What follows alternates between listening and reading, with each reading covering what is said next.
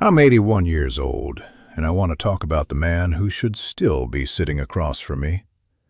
He isn't dead in the way people usually mean when they say that, but he's gone all the same.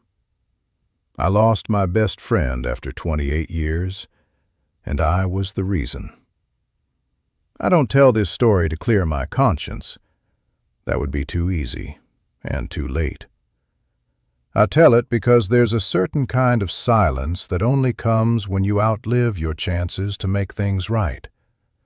At my age, you don't confuse silence with peace anymore.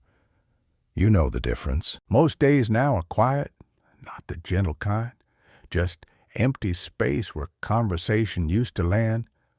I've learned that loneliness isn't always about being alone. Sometimes it's about knowing exactly who should be there and why they aren't. His name was Daniel. We met when I was 34. I remember the year because my daughter had just started school, and I was still trying to convince myself that adulthood would eventually feel stable. Daniel started at the same company a month after I did. We shared a break room, a bad coffee machine, and the unspoken relief of finding someone who didn't take everything so seriously. Friendship didn't arrive all at once. It never does. It grew out of routine. Lunches eaten in the car because the break room was too loud, complaints about management, conversations about nothing that somehow made the workday shorter. He had a dry way of talking, not funny in a loud way, funny in a way that made you feel seen. He remembered small things, names, stories, the kind of details that tell you someone is actually listening. Over time, we became the people each other called first. When something went wrong at work, when something went wrong at home, when something didn't go wrong at all, but needed to be said anyway. For years, I thought that kind of friendship was indestructible. We both had families, responsibilities, lives that ran on schedules. We weren't young men with endless time, but we made room. That's the part that hurts now. We knew how to make room. We just stopped. At first it was small, a lunch postponed, a call returned later than usual. I told myself it was normal. Careers peak, children grow, energy changes. Friendship, I believed, would adapt on its own. I didn't notice when later became the default. Daniel went through a rough patch in his 40s. Marriage problems, money stress. He didn't dramatize it. He mentioned it the way people do when they're testing whether it's safe to go deeper. I listened. I nodded. I sympathized. And then I went back to my own life, which felt busy enough to excuse my absence. I told myself he knew I was there. I thought that counted. There's a lie we tell ourselves as adults, that showing up emotionally can be replaced by good intentions, that consistency isn't as important as history. That time already spent somehow guarantees time in the future. It doesn't. Years passed, not in a dramatic blur, just one ordinary year after another. Holidays where we sent messages instead of meeting, birthdays acknowledged with short calls. The friendship remained intact on paper, but thinner in practice. The slow cost of that kind of neglect doesn't announce itself. It doesn't come with a fight. It comes with distance that feels reasonable at the time. Daniel stopped sharing certain things. I noticed, but I didn't ask why. I assumed he was handling them. I assumed wrong. The truth is, I liked being needed less. Not because I didn't care, but because I was tired. Tired of responsibility. Tired of emotional weight. I didn't realize that friendship isn't another obligation. It's a choice you make repeatedly, even when you'd rather rest. One evening, he called me. I was 56. I remember because I was driving home from work, already rehearsing the excuses I'd give my wife for being late. Daniel said he just wanted to talk. Nothing specific. I told him I'd call him back. I didn't. Not that night, not the next day.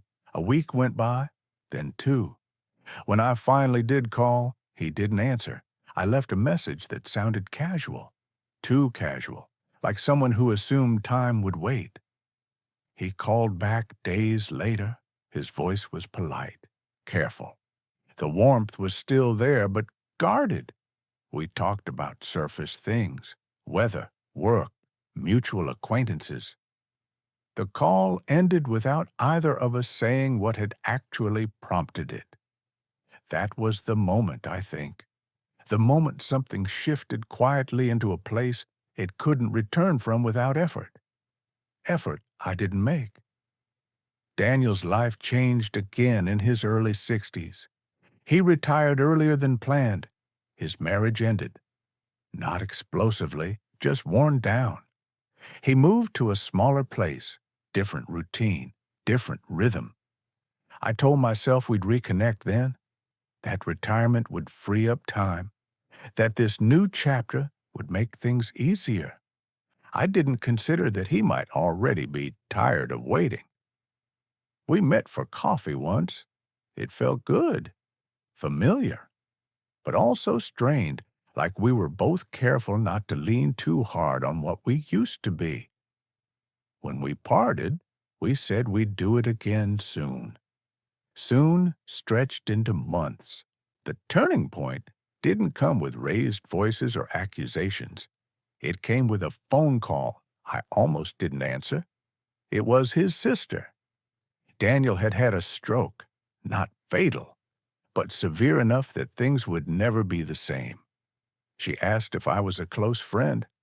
I said yes, without hesitation. It felt true when I said it.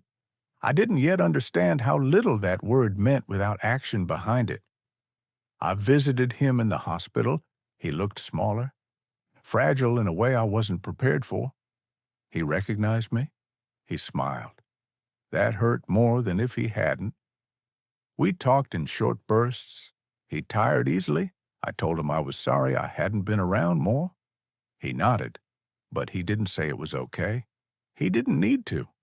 Recovery was slow, complicated. I visited when I could. I helped with paperwork once or twice. I told myself I was making up for lost time.